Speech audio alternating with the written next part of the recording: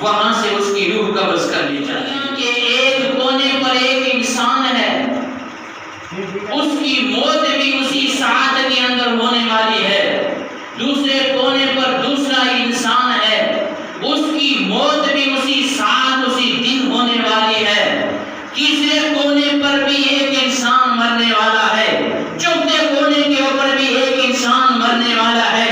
Back وقت کے اوپر یہ فرشتہ کتنی تیزی کے ساتھ اس کی روح قبض کرتا ہے، آپ اندازہ لگائیے۔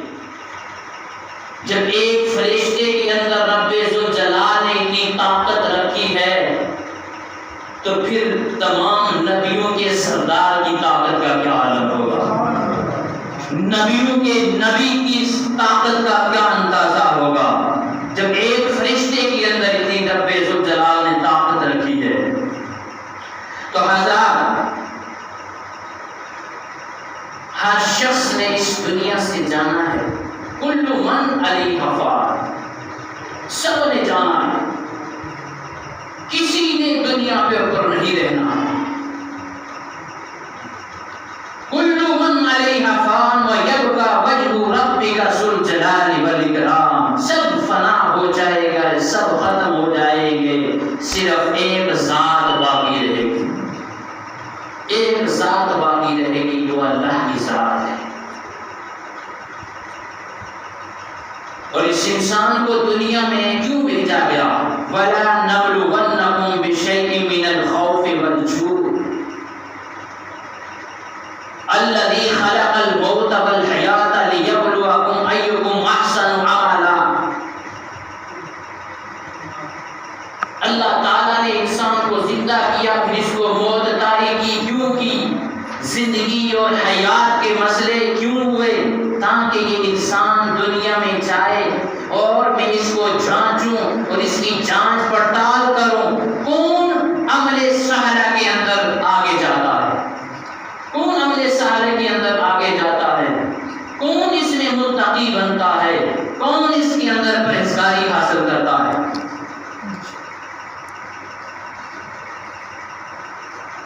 فرمایا گیا اللہ کے پیارے رسول صلی اللہ تعالی علیہ وسلم ایک جنازے کے اندر شریک ہوئے، لوگ جنازے کے دفن کرنے میں لگ گئے۔ اللہ کے پیارے رسول صلی اللہ تعالی علیہ وسلم قبر سے تھوڑی دور جا کر بیٹھ کر کے اتنا روتے ہیں، خود بھی روئے اور دوسروں کو بھی رلا دیا، یہاں تک کہ جہاں بیٹھے تھے اس زمین کو بھی بھگو دیا، وہ زمین بھی بھیگ گئی،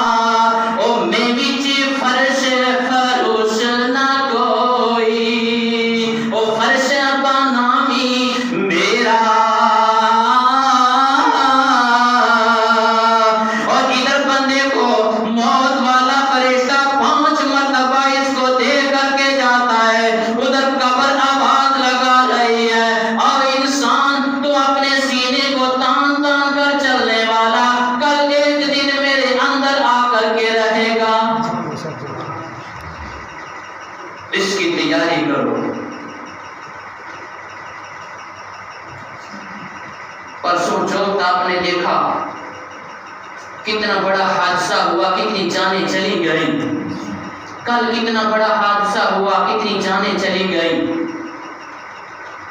انسان کو گھر سے کفن پہن کر نکلنا ہوگا، ایسا وقت آ چکا ہے، کفن پہن کر گھر سے نکلنا ہوگا، پوری تیاری کے ساتھ گھر سے نکلنا ہوگا، اس لیے کہ ایک قدم اٹھاتے ہیں دوسرے کا کوئی بھروسہ نہیں ہے۔